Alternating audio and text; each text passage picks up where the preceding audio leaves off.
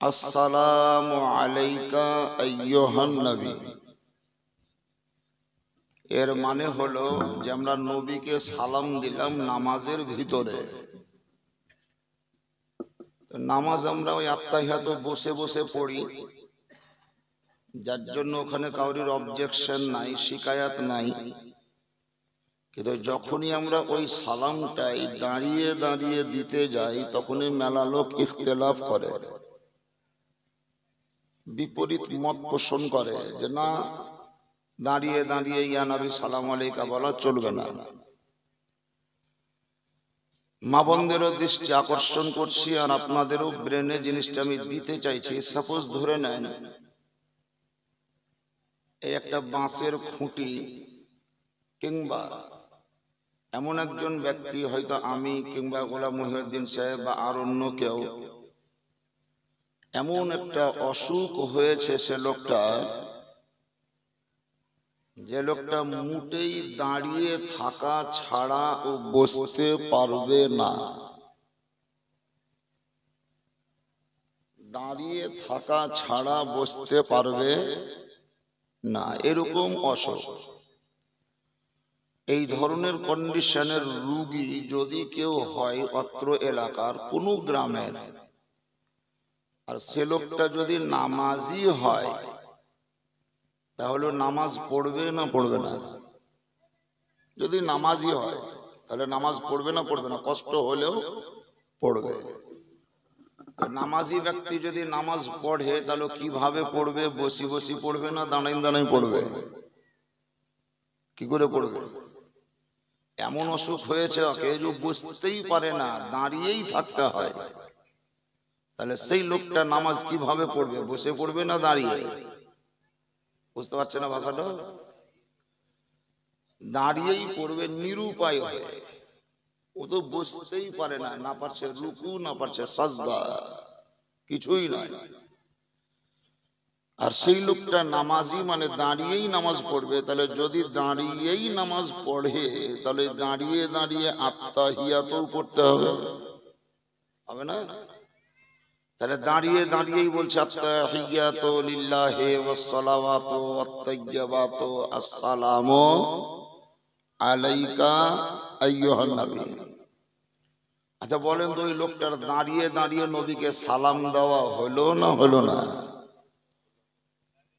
দাঁড়িয়ে দাঁড়িয়ে দেওয়া হলো। তাহলে দাঁড়িয়ে দাঁড়িয়ে ইয়া নবী সালামু আলাইকা বলাকে আমরা খারাপ বলবো কেন? এই জিনিসটা মাথায় কুলায় না।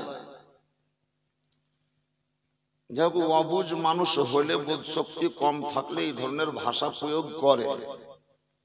কিছু জিনিস আছে মানুষ ভালো হলেও দেখবেন হিংসাতে খারাপ বলে, ভালো হলেও হিংসাতে খারাপ বলে।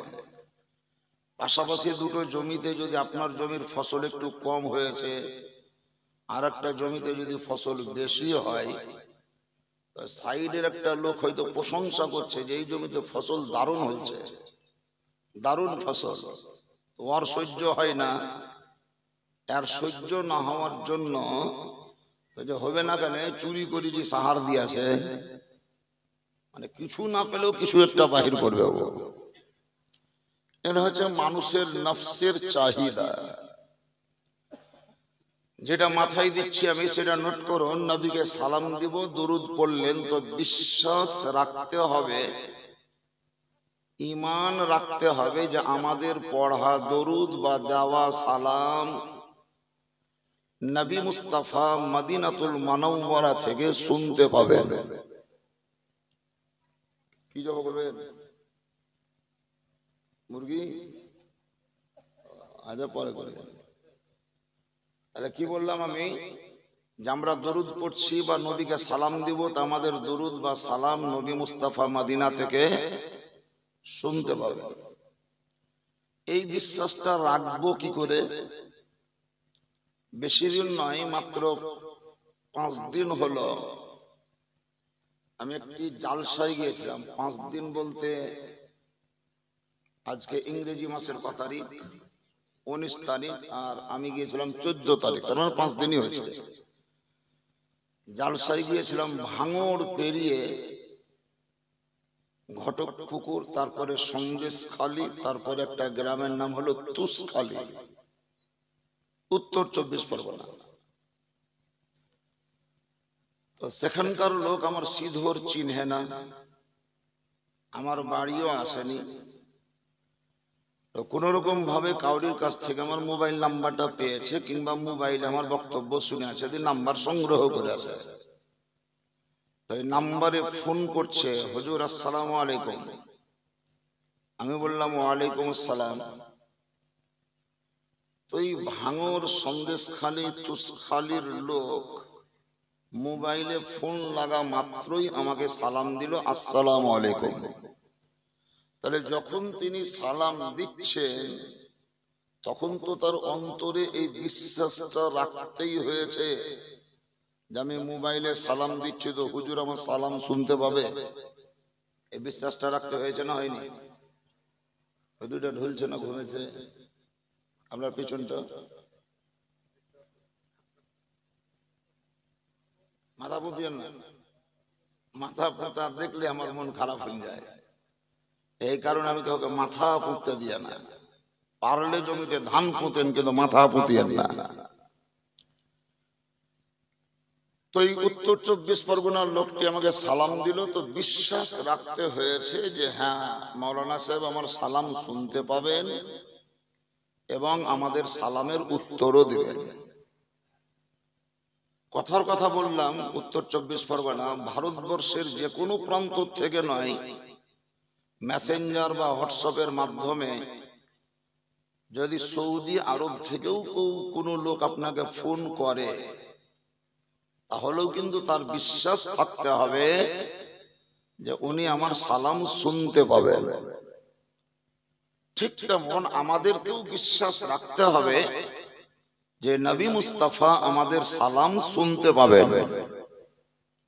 পার্থক্য কোন জায়গায়? মোবাইলের দেওয়া সালাম দেশের যে কোনো প্রান্ত থেকে মানুষ শুনতে পাবে টাওয়ারের দ্বারাই, আর নবী মুস্তাফাকে দেওয়া সালাম নবী শুনতে পাবেন আল্লাহর দেওয়া পাওয়ারের দ্বারাই। তাহলে কেউ শুনবে টাওয়ারে, কেউ শুনবে আল্লাহর দেওয়া পাওয়ারে।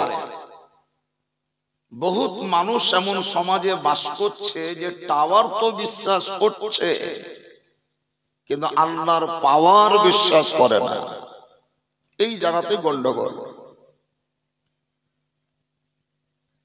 2 নম্বর কথা বলছি, আমি মাওলানা মুআজ্জম হোসেন কালিমি, আমি হুজুর মাসরুর আহমদ কালিমি রহমতুল্লাহ আলাইহির মুরিদ, যার জন্য আমাকে কালিমি বলে। আমি মরে যাওয়ার পর আমার প্রশংসা আপনাদের এই এলাকায় বেশি দিন থাকবে না। যেমন মাওলানা আবুল কাসিম সাহেব ছিলেন গোটা পশ্চিমবঙ্গের নামি দামি তাবড় এবং জবর বক্তা। 10-11 বছর হলো মরা, এখন মনে হচ্ছে যেন পৃথিবীতে ছিলই না। এরকম ময়লা পড়তে লেগেছে না লাগেনি? কাসিম সাহেব যে ছিলেন দুনিয়াতে তো মনেই হয় না। জোহর আলম মাওলানা সাহেব তাবড় বক্তা, ভালো মাওলানা, ইন্তেকাল করেছেন, তো মনেই হয় না যে উনি ছিলেন। গাড়িঘাট মাদ্রাসার শিক্ষক এবং প্রতিষ্ঠাতা সেক্রেটারি জনাব মাওলানা হাশিম রাজা নুরি, উনিও ইন্তেকাল করেছেন, মনে পড়ে না। এই জিয়াউল মুস্তাফা মারা গেল, মনে পড়ে না। কারি হায়াত আলী কুরবানপুরের মরে গেছে, মনে পড়ে না। কিছুদিন আগে হুজুর মুজাহিদুল কাদের সাহেব মারা গেলেন, কিছুদিন পরে মনে থাকবে না। এক কথায় আপনাদের আমাদের গুণগান চর্চা বেশি দিন টিকবে না। কিন্তু আল্লাহ তাআলা এমন একজন মহামানবকে পৃথিবীতে পাঠিয়েছেন যার উম্মত আমরা, তার চর্চা বা গুণগান কোনদিনই বন্ধ হবে না। হাদিস বলছে আসমান থাকবে না তবু নবীর প্রশংসা থাকবে, জমিন থাকবে না তবু নবীর প্রশংসা থাকবে, চন্দ্র সূর্য থাকবে না তারপরেও নবীর প্রশংসা থাকবে। পৃথিবীতে একটাও মানুষ থাকবে না তবুও নবীর প্রশংসা থাকবে।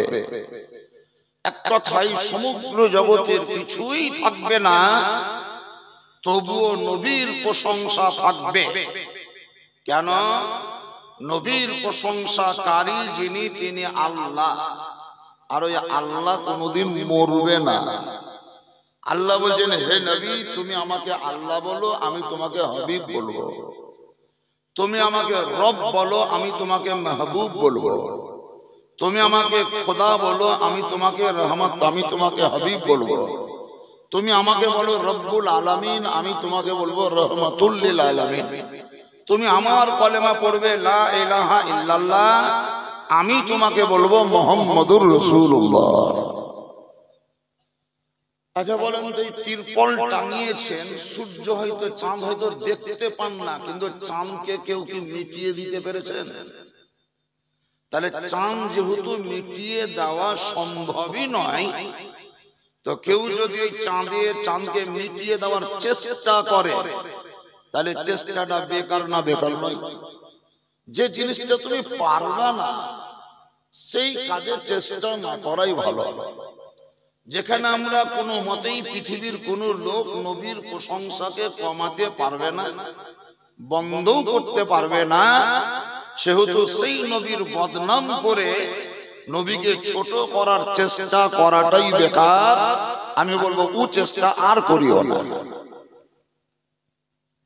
3 নম্বর কথা শুনে, আমরা হচ্ছি হানাফি মাযহাবের লোক। আমাদের নামাজের থিওরি হচ্ছে কান পর্যন্ত বেটা ছেলেকে হাত তুলতে হয়, নাভির নিচে হাত বাঁধতে হয়, ইমামের পিছনে সূরা ফাতিহা পড়তে হয় না, ওয়ালা দল্লিন শোনার পর জোরে আমিন বলতে হয় না। 3 রাকাত বেতেরের নামাজ পড়ি, 20 রাকাত তারাবির নামাজ পড়ি।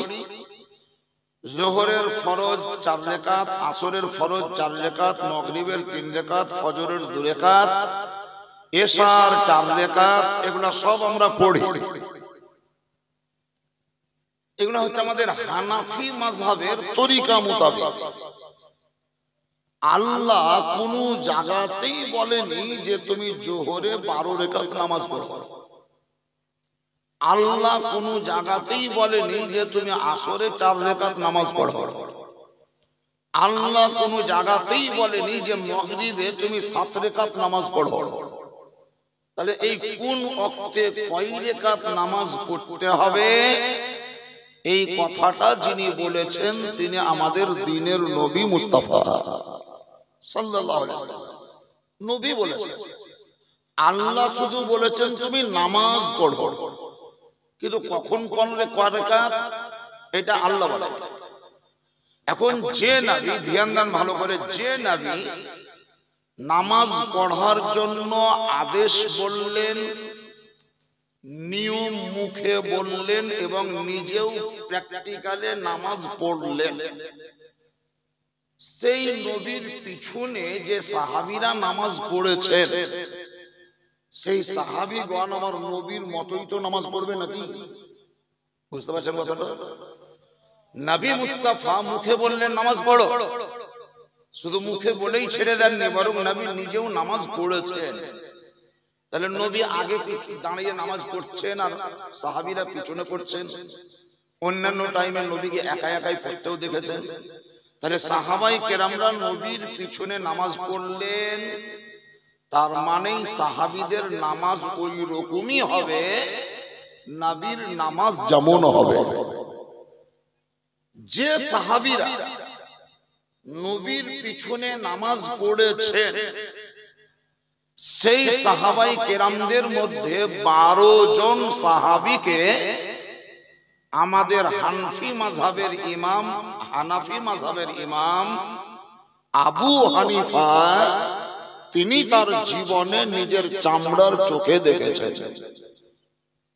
যে সাহাবীরা নবীর পিছনে নামাজ পড়লেন সেই সাহাবীদের মধ্যে 12 জন সাহাবীকে তিনি দেখেছেন। শুধু দেখেই শেষ নয়, কন্টিনিউ 2 বছর যাবত দুইজন সাহাবীর পিছনে তিনি মুক্তাদি সেজে নামাজ পড়েছেন। এখানে এবার থিওরি মিলা, তাহলে যে সাহাবীগণ নবীর পিছনে নামাজ পড়লেন সেই সাহাবীদেরকে হযরতে ইমামে আজম আবু হানিফা 12 জনকে দেখলেন, তার মধ্যে 2 জন সাহাবীর পিছনে তিনি 2 বছর ধরে মুক্তাদি সেজে নামাজ পড়লেন। আর ওই ইমামে আজম আবু হানিফার মত অনুসারে আমরা নামাজ পড়ছি, তার মানে নবীর নামাজ, সাহাবীদের নামাজ, সাহাবীদের নামাজ, আবু হানিফার নামাজ, আর আবু হানিফার নামাজ মানে আমাদের নামাজ। উপর দিকে যদি যান তো আমরা যে নিয়মে নামাজ পড়ছি এই নিয়মটা হচ্ছে ইমামে আজম আবু হানিফার নামাজের নিয়ম। ইমামে আজম যে নিয়মে পড়েছিলেন সেই নিয়মটা হচ্ছে সাহাবীদের নিয়ম, আর সাহাবীরা যে নিয়মে পড়েছে সেই নিয়মটা হচ্ছে আমাদের নবী মুস্তাফার নিয়ম। তাহলে নবী মুস্তাফার নামাজ পড়া পদ্ধতিতেই আমরা নামাজ পড়ছি। 4 জন ইমামের মধ্যে আমাদের ইমাম আবু হানিফা ছাড়া বাকি 3 জন ইমাম কোন সাহাবীকে দেখেননি বা দেখতে পাননি। সেহেতু আমাদের ইমামের মসলা মাসাইল যত মজবুত এবং কমপ্লিট হবে, অন্য ইমামের মসলা অত কমপ্লিট বা মজবুত হবে না। একটা জিনিস দেখলেই বুঝতে পারবেন, আপনাদের এই মালপাড়া গ্রামের যে মসজিদ, নিচুতলা মসজিদের অবস্থাটা দেখবেন যে উপর তলায় চলে যাবে। একটা জায়গাতে নজর ফেলবেন, মেহরাব যাকে বলছে, মেহরাব। তাই নিচেকার মেহরাব দেখে যখন উপরকার মেহরাব দেখবেন, এটাও মেহরাব ওটাও মেহরাব দেখবেন, তো ওটা দেখে জান ভরবে, মন ভরবে। আর একটা জিনিস ব্রেনে চলে আসবে যে নিচে যে মেহরাবটা হয়েছে এটা অন্য মিস্ত্রির, আর উপরে যে মেহরাবটা হয়েছে ওইটা অন্য মিস্ত্রির। মেহরাব দুটোই, নিচেরটাও উপরটাও। তাহলে নিচের মেহরাবেও নামাজ পড়ছি, উপরের মেহরাবেও নামাজ পড়বে।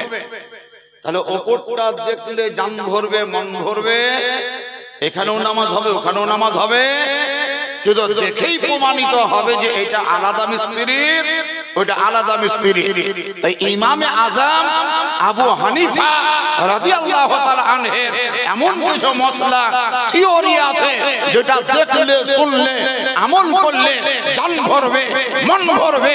সেই মসলার উপরে আমল করলেই বুঝতে পারা যাবে এটা অন্য ইমামের মসলা নয়, এটা ইমামে আজম আবু হানিফার মসলা। সেই ইমামে আজম আবু হানিফার মসলা মোতাবেক আমরা রমজান মাসে 20 রাকাত তারাবি পড়ি। এর পিছনে ভুরি ভুরি দলিল আছে, কিন্তু দলিলের সঙ্গে সঙ্গে আবার দেখবেন যুক্তিও আছে।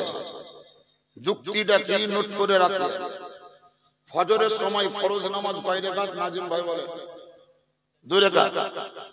হ্যাঁ, ও আমি ফরজ শুধু বলছি। ফজরের টাইমে ফরজ নামাজ 2 রাকাত, গুনিয়েন শুধু। যোহরের টাইমে ফরজ নামাজ 4 রাকাত, তাহলে 2 আর 4 কত হলো? আসরের টাইমে ফরজ নামাজ 4 রাকাত, 10 হলো।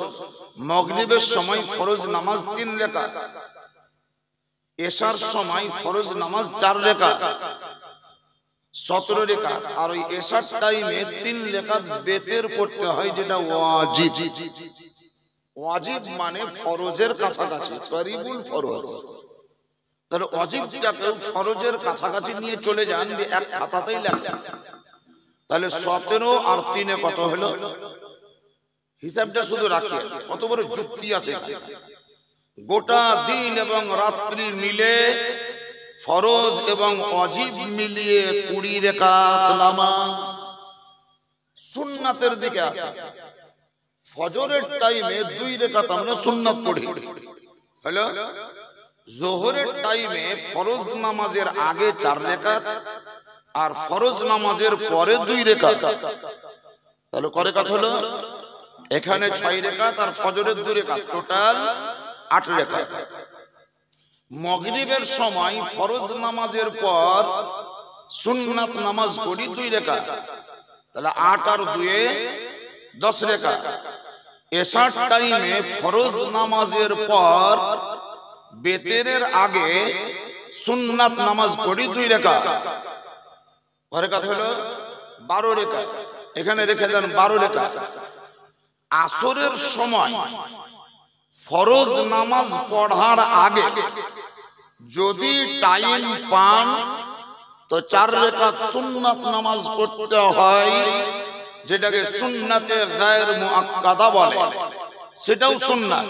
তাহলে আসরের ফরজ নামাজের আগে সুন্নাত নামাজ কয় রাকাত, আর ওদিকে কয় রাকাত হয়ে আছে? 12 আর 4 এ কত হলো? এশার সময় ফরজ নামাজের আগে যদি টাইম পান জামাতের পূর্বে, তাহলে সুন্নাত নামাজ পড়তে হয় 4 রাকাত। তাহলে এখানকার 4 রাকাত আর ওদিককার 16 রাকাত কত হলো? 20 রাকাত।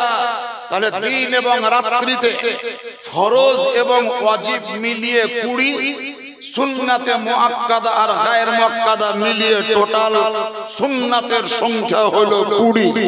যার জন্য তারাবির নামাজের রাকাতের সংখ্যা 20।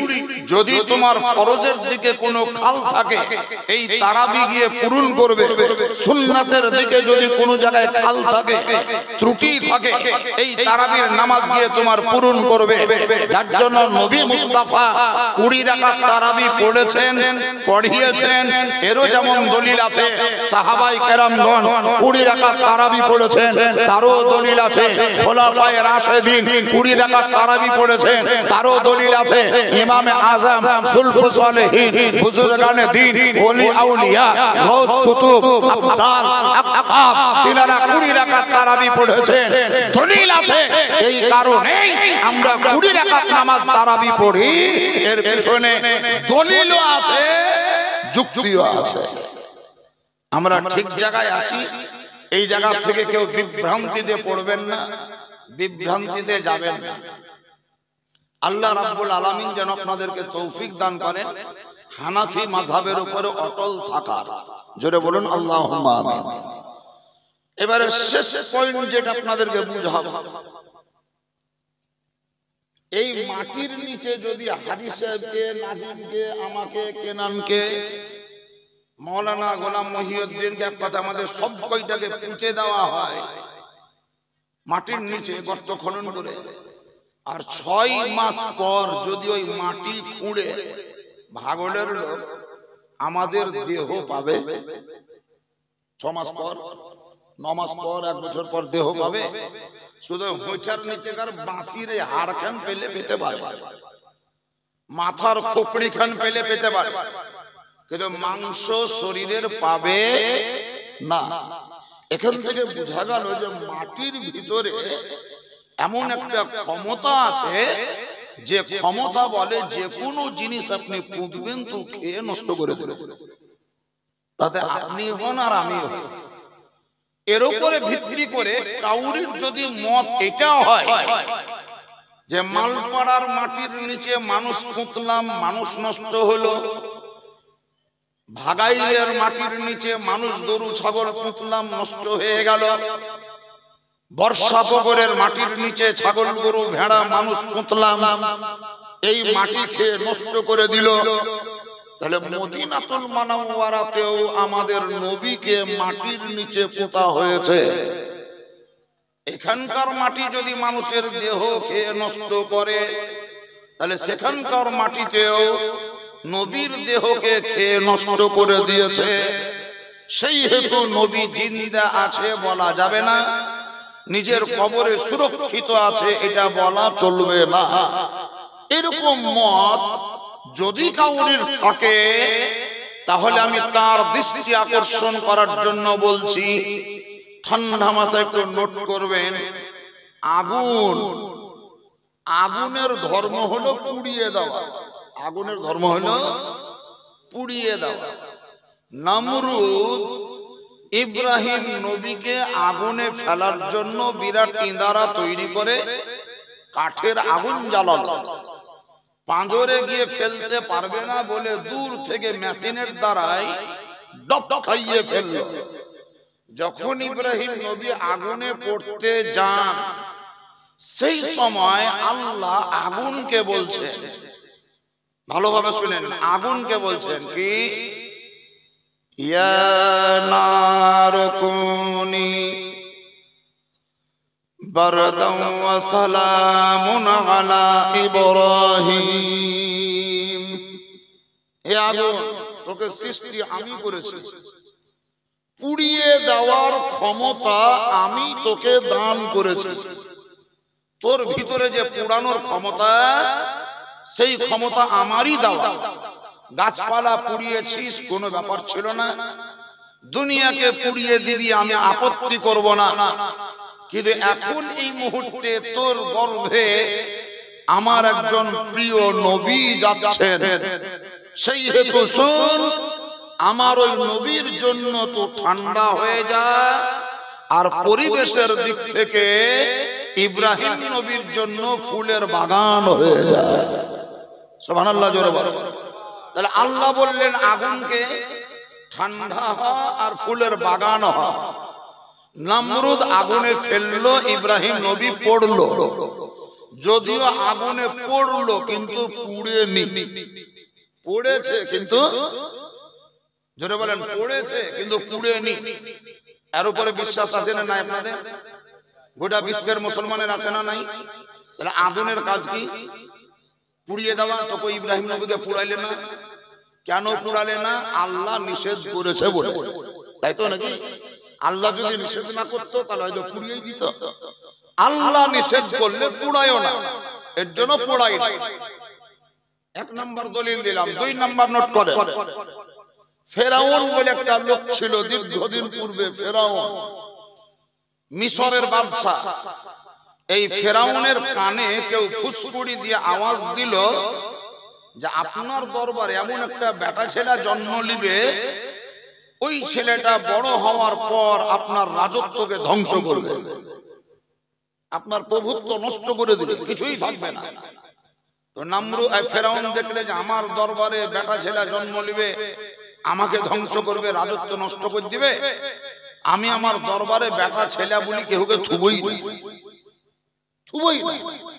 এই থুব না বলি কি কি স্টেপ নিল? এক নাম্বার, স্বামী স্ত্রীর বিছান আলাদা।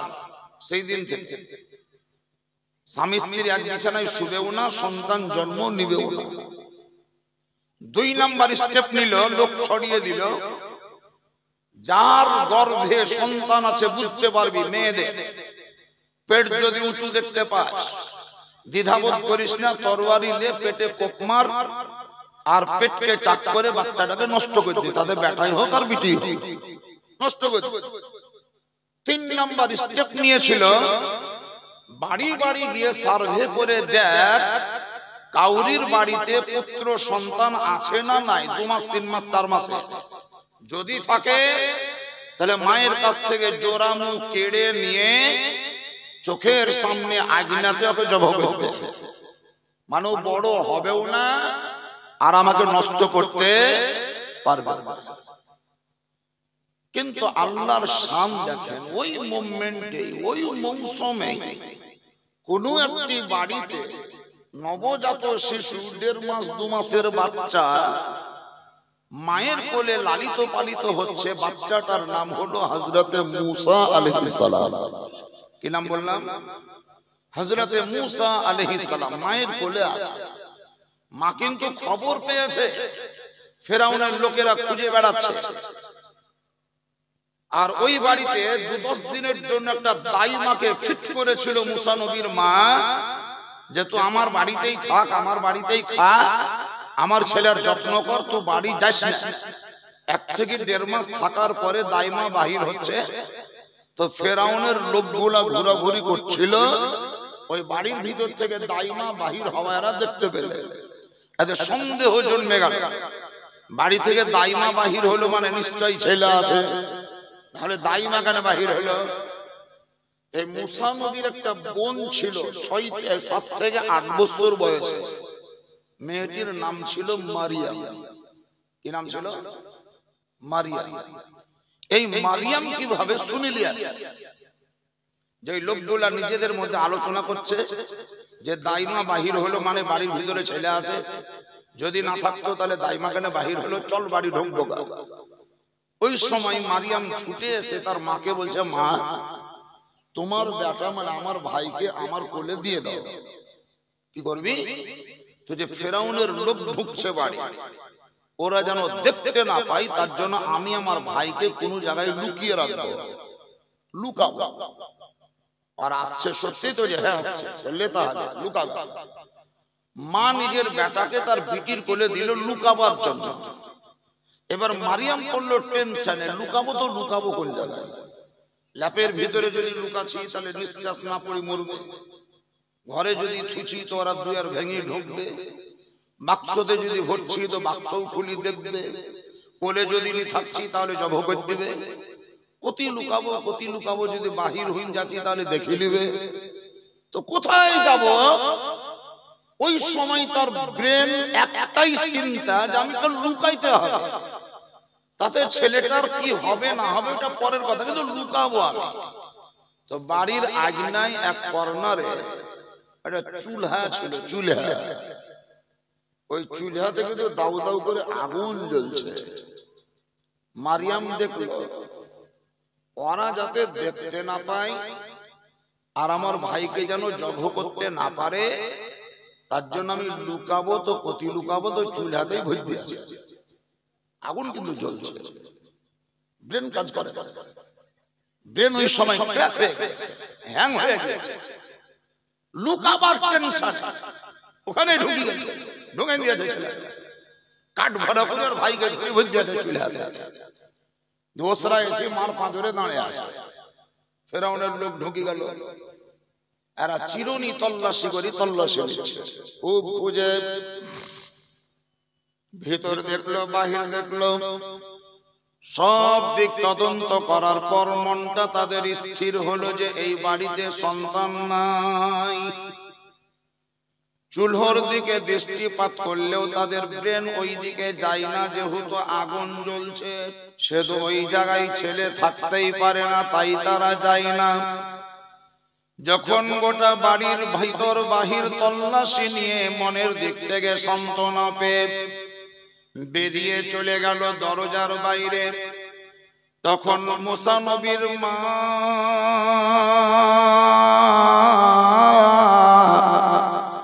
নিজের বিটি মারিয়ামকে বলছে, আমার দুধের বাচ্চা বেটা কই বল, কোথায় তুই আছিস?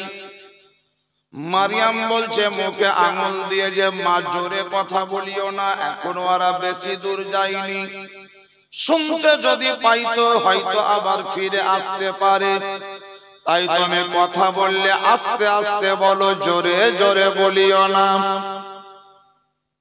মারিয়ামের জননী থেমে গেল, কথাবার্তা বলে না। বহুত দূরে যখন চলে গেল তারা, মারিয়াম দরজা মানে মেন দরজা, বুঝে লাছের দরজা বন্ধ কর, লাছের দরজা বুঝেন, লাছের দরজা, মেন গেটের দরজা খিল ঠুকে দিল মারিয়াম।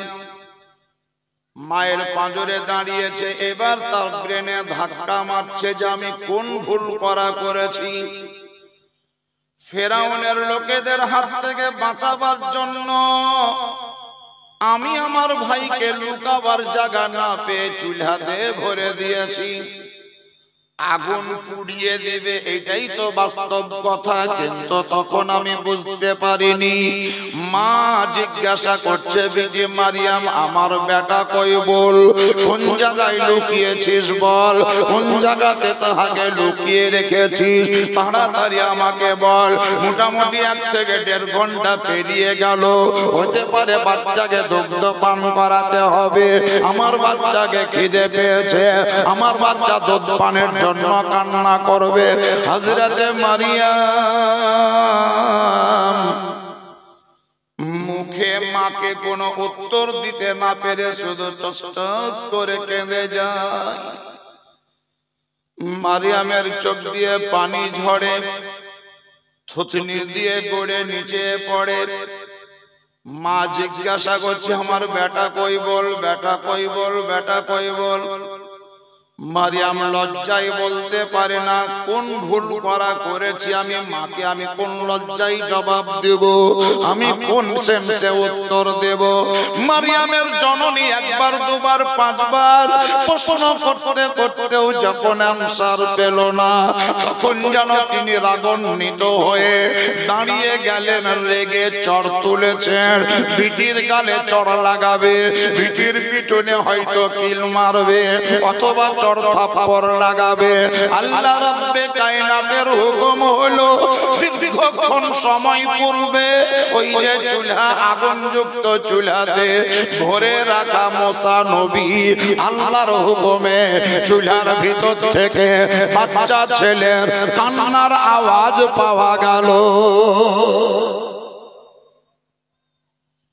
জননী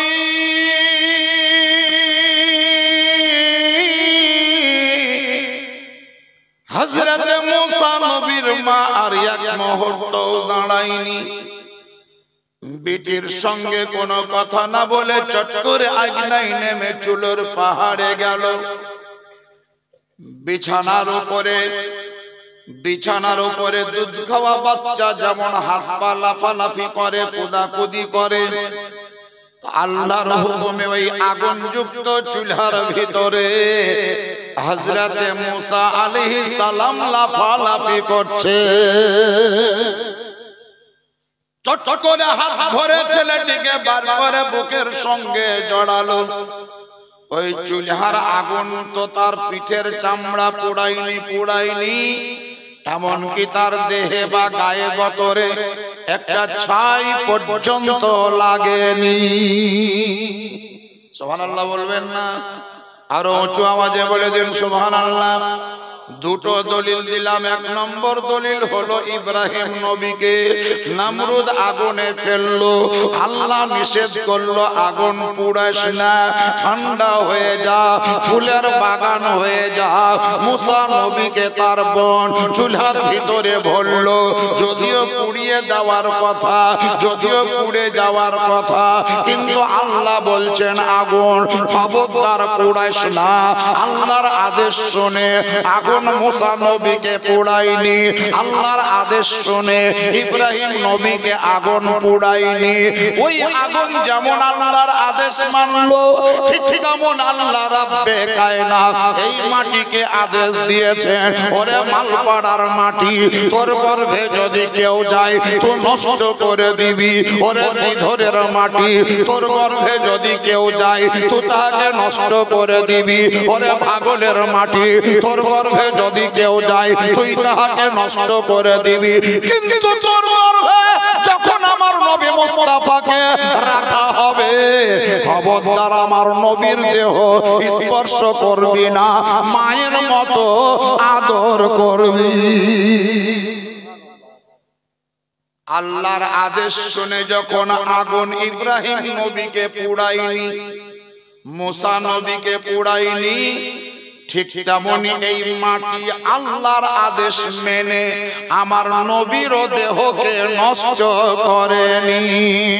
হাদিস প্রমাণিত হয়ে আছে, ইন্নাল্লাহ হারামা আলাল আরদি আন তাকুলা আজসাদাল আম্বিয়া ফানাবিউল্লাহ হাইয়ুন ইউরজাক। আল্লাহ রাব্বে কায়নাতের পয়গম্বর হাবিবে কিদ্দেগার শাহনশাহে জিওয়াকার মক্কার সরকার মদিনার তাজদার পাপীদের উদ্ধার ইসলাম রবি প্রেমের ছবি নূরুন নবী মা আমিনার লাল মরুর দোলাল নবী মুহাম্মদুর রাসূলুল্লাহ জোরে পড়ুন সাল্লাল্লাহু তাআলা আলাইহি ওয়াসাল্লাম বলেন, আল্লাহ তাআলা এই মাটিকে নবী ও রাসূলদের দেহ ভক্ষণ করা নিষেধ করে দিয়েছে, হারাম করে দিয়েছে। নবী ও রাসূলগণ ইন্তেকালের পর কবরের ভিতরে জিন্দা থাকে, আল্লাহর তরফ থেকে রুজি পায়। সুবহানাল্লাহ জোরে বলবেন না? আরো একটা মেসেজ দিচ্ছি, নোট করুন। আমাদের নবী মেরাজে গিয়েছিলেন, সবাই জানেন। ওই বক্সের পাঁজরে ছেলেটা ঢুলছে, জোয়ান ছিল, ও খেটেছে খুব, খাটাখাটনি ভালো হয়েছে। আর ঢোলার টাইম নাই, ট্রেন ঢুকছে, এবার চাপতে হবে, ব্যাগ ট্যাগ সব রেডি করে। আর প্ল্যাটফর্মে বেশিক্ষণ বসে থাকতে হবে না, ট্রেন ঢোকার টাইম হয়ে গেছে। বলছিলাম আরো একটি মেসেজ দিচ্ছি, নোট করুন। আমাদের নবী আকা মুস্তাফা মেরাজে গিয়েছিলেন। মেরাজে কথাবার্তা যা হওয়ার হলো, নবী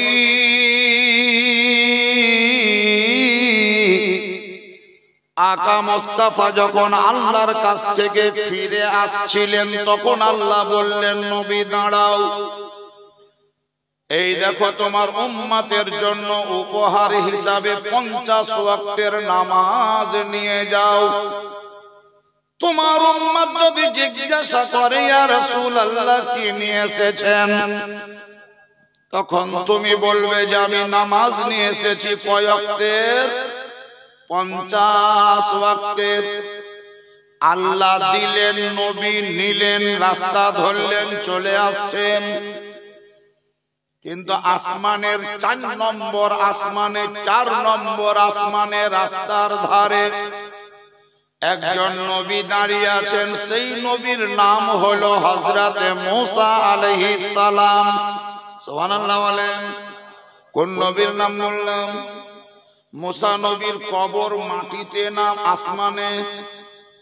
এই মুসা নবীর কবর এই জমিনে, পৃথিবীতে না আসমানে? জমিনে। একমাত্র ঈসা নবী এখন আসমানে আছেন, উনি দুনিয়াতে আসবেন। উনি ছাড়া সব নবী ও রাসূলদের কবর এই দুনিয়াতে। তো মুসা নবী মারা গিয়েছেন, তার কবর এই মাটির নিচে হয়েছে। পৃথিবীর যে কোনো জায়গাতেই হোক না কেন, মাটির নিচেই তার কবর। কিন্তু তাফসীর প্রমাণ করে, আমাদের নবী মুস্তাফা যখন মেরাজ থেকে 50 ওয়াক্তের নামাজ নিয়ে আসছিলেন, তো রাস্তার ধারে 4র্থ আসমানে মুসা নবী গিয়ে দাঁড়িয়ে আছেন। বাপজিরা, এই পৃথিবীর মাটির নিচের কবর থেকে উঠে হযরতে মুসা আলাইহিস সালাম যদি অত দূরে আসমানের উপরে দাঁড়িয়ে থাকতে পারে, তাহলে আপনাদের আমাদের দিনের নবী, নবী মুস্তাফা আজকে মালপাড়ার জালসাতে মদিনা থেকে এসে হাজির থাকতে পারে। এখন যদি বলো যে হাজির হতে পারে না, তাহলে মুসা নবী গেল কি করি, ওইটা বুঝাও। বলবে যে মুসা নবীকে আল্লাহ শক্তি দিয়েছিল বলি গেলছে, আমিও বলবো যে আমাদের নবী যে শক্তি দিয়েছে বলি আলছে। এইটাকে ঠেকাবি কেউ করি। যাই হোক, যেটা বুঝাবার জন্য বলছিলাম, মুসা নবী দেখা, হুজুর আসসালামু আলাইকুম। ওয়ালাইকুম আসসালাম, কি খবর? তো আমি তুর পাহাড়ে গেছিলাম আল্লাহকে দেখতে, কিন্তু আল্লাহ দেখা দেয়নি। মুসা নবী বলছেন আল্লাহ দেখা দেয়নি। আল্লাহ বলেছিলেন লান তারানি, তুমি দেখতে পারবে না। এই কারণে আমি জানলাম, শুনলাম যে আপনি আল্লাহকে দেখতে গিয়েছেন মেরাজে, আপনি আল্লাহকে দেখে আসতেন। রাস্তাতে দাঁড়ালাম, মনে মনে ভাবলাম যে কমপক্ষে আল্লাহকে দেখতে পেলাম না তো কি হলো, আল্লাহকে যিনি দেখে আসছেন ওই নবীকে তো দেখব। এই কারণে দাঁড়িয়ে গো নবী, কথাবার্তা কি হলো না হলো জিজ্ঞাসা করব না, তবে হুজুর জিজ্ঞাসা করব একটি কথা, আপনি আপনার উম্মতের জন্য কি নিয়ে এলেন? আমাদের নবী বলছেন 50 ওয়াক্তের নামাজ। সুবহানাল্লাহ বলেন। নবী বলছেন 50 ওয়াক্তের নামাজ। মুসা নবী মাথায় হাত দিয়ে বলছে সুবহানাল্লাহ, সুবহানাল্লাহ। আমি দুনিয়াতে মেলা দিন ধরে ছিলাম, আমার উম্মত কমজোর ছিল, আপনার উম্মত তো আরো কমজোর হবে। 50 ওয়াক্তের নামাজ পড়তে পারবে না, 50 ওয়াক্তের নামাজ পড়তে পারবে না।